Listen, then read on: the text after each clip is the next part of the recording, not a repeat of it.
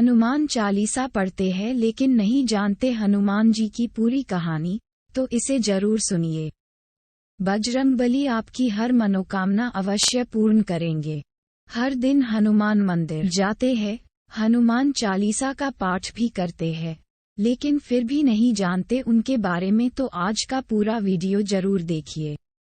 हनुमान जी को महादेव का 11वां रुद्र अवतार माना जाता है।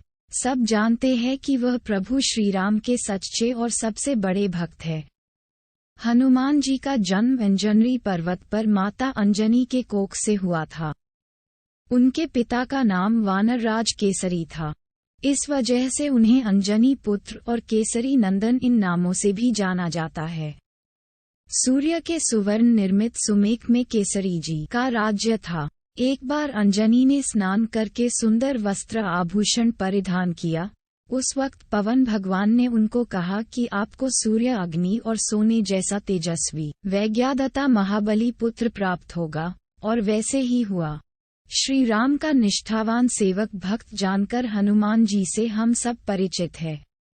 हनुमान जी को असीम भक्ति और असीम विनम्रता ऐसे अनेक गुणों से पहचाना जाता है।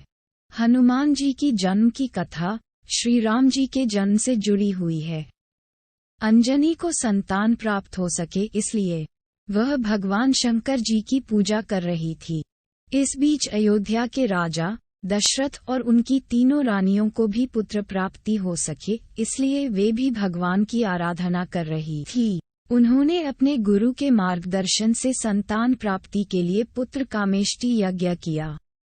यज्ञ के समापन पर तीनों रानियों को भगवान से खीर प्रसाद में मिली। भगवान रानी कैकेयी को खीर दे रहे थे, तब एक पंछी वहां पर आया और पंछी ने अपनी चोंच से मुंह में खीर भरकर वहां से उड़ गया, पर उड़ते समय उसके चोंच से वह खीर अंजनी के हाथ पर गिरी। अपने आप अपने हाथ में गिरे हुई खीर अंजनी ने भगवान का प्रसाद समझकर खा लिया। दिव्य प्रसाद के प्रभाव में अयोध्या के तीनों रानी और अंजनी इन सबको पुत्र हुए। केसरी और अंजना, इनको जो लड़का हुआ वह ईश्वर का अवतार दिख रहा था। उन्होंने उसका नाम मारुति पवन रखा। वायुदेव की वजह से, उनकी शक्ति के वजह से वह पल अंजना के हाथ में आया था, इस वजह से मारुति को पवन पुत्र भी कहते हैं। शंकर जी की कृपा से होने वाला ये बलवान मारुति रुद्रावतार मतलब शंकर जी का अवतार होने की श्रद्धा से लोग उन्हें मानते हैं। बचपन से ही मारुति को बहुत सारी शक्तियां प्राप्त हुई थी। एक दिन सूर्य उदय के समय उसके छोटे से लाल रंग के सूर्य को देखकर मारुति को वो सुंदर लड्डू लग रहा था। उसको निगलने के लिए हनुमान जी ने उड़ान भरी। इंद्रदेव के साथ साथ सभी देव भयभीत हो गए। इंद्रदेव ने सूर्य और पृथ्वी को बचाने के लिए अपना हथियार मारुति की तरफ मारा। इस वजह से मारुति मूर्छित हो गए। अपने पुत्र की ऐसी स्थिति देखने के बाद पवन देव ने सभी सृष्टि की वायु बंद कर ली। उस वजह से सभी जानवर और इंसानों का अस्तित्व खतरे में आ गया। उसके बाद सभी देवताओं ने मारुति को मूर्छावस्था से बाहर लाए और पवन देव को शांत करके पहले जैसी वायु पर्यावरण में लाए। हनुमान जी को सभी देवों ने आशीर्वाद देते हुए कई शक्तियां प्रदान की।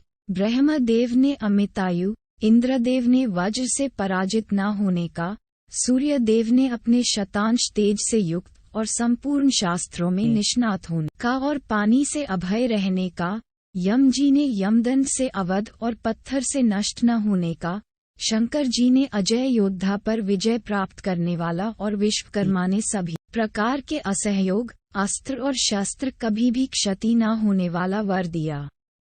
ये सभी प्रकार के वर प्राप्ति के वजह से हनुमान जी ने अमित पराक्रम किए, जो जग में प्रसिद्ध हो गए। एक दिन बचपन में सभी शक्तियों से पूर्ण हनुमान जी ने एक ऋषि का परिहास किया।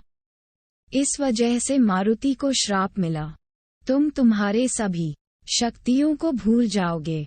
कई सालों बाद माता सीता को ढूंढते समय समंदर लांघने से पहले जामवंत ने हनुमान जी को उनके शक्तियों की याद दिलाई।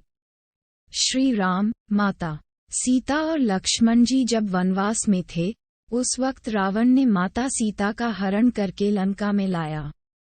श्री राम और लक्ष्मण जी माता सीता को ढूंढ रहे थे, तब उनकी हनुमान जी से भेंट हुई। इधर से आगे हनुमान जी माता सीता को ढूंढने लगे। रावण से लड़ाई करके श्री राम की मदद की और आगे जिंदगी भर भगवान श्री राम की मन से भक्ति की। उस वजह से जिस जगह श्री राम का मंदिर है, उसके बाजू हाथ जोड़े हुए हनुमान जी की भी मूर्ति होती है। वे महादेव का अवतार होने से उनमें बहुत सामर्थ्य है। राम भक्ति करते समय उनमें विष्णु तत्व होने के कारण उनमें स्थिति का भी सामर्थ्य आ गया। हनुमान जी में ब्राह्मण तेज और शास्त्र तेज दोनों होने के कारण युद्ध के वक्त वह उसका अच्छे से इस्तेमाल करते थे, ऐसा बोला जाता है। महाभारत के युद्ध में श्री कृष्ण ने हनुमान जी को अर्जुन के रथ पर स्थान दिया था। तभी हनुमान जी ने रथ और अर्जुन पर आने वाली अस्त्र और शस्त्र हवा में नष्ट कर दिए, ऐसा बताया जाता है। हनुमान शक्ति सामर्थ्य के लिए जितना प्रसिद्ध है, उतना ही वह बुद्धि के लिए भी जाने जाते हैं। बचपन में हनुमान जी ने गुरुकुल में जाकर बहुत सारी विद्या सीखी थी। वानरों के युद्ध करने की विशिष्ट तरीका मारुति ने सीखा। हनुमान जी को खूब सारी भाषाएं भी आती थी, इसलिए श्री राम और लक्ष्मण जी की खबर निकालने के लिए सुग्रीव ने हनुमान जी को भेजा था और इसीलिए माता सीता को ढूंढने के लिए हनुमान जी को भेजा गया। समुद्र लांघना, समुद्र पर सेतु खड़ा करना, दुश्मनों का नाश करना, लक्ष्मण जी के लिए संजीवनी बूटी लाना, इससे हनुमान जी की शक्तियों का अंदाजा मिलता है। हनुमान जी चिरंजीवी मतलब अमर है, ऐसी भक्तों की धारणा है। इस वजह से आज भी भक्त बोलते हैं कि वह भक्ति रूप में अभी भी जिंदा है। हिंदू धर्म में हनुमान जयंती बड़े आनंद से और उत्साह से मनाई जाती है। उनके बारे में जितना बोला जाए और लिखा जाए सब कम है। जब जब कोई संकट आए वो याद आते हैं, जब जब जी घबराए वो याद आते हैं, जब जब बल और बुद्धि की बात हो उनकी याद आती है, जब सच्ची भक्त और भक्ति की चर्चा हो उनका नाम लिया जाता है। आज भी हर घर में हनुमान चालीसा गाई और सुनी जाती हैं। इस तरह से वो हमेशा हमारे साथ है। जय बजरंगबली। आशा करता हूँ दोस्तों आपको हमारी आज की वीडियो पसंद आई होगी। तो जाते जाते वीडियो को लाइक करना और हमारे चैनल आध्यात्मिक इंसान को सब्सक्राइब करना ना भूले। धन्यवाद।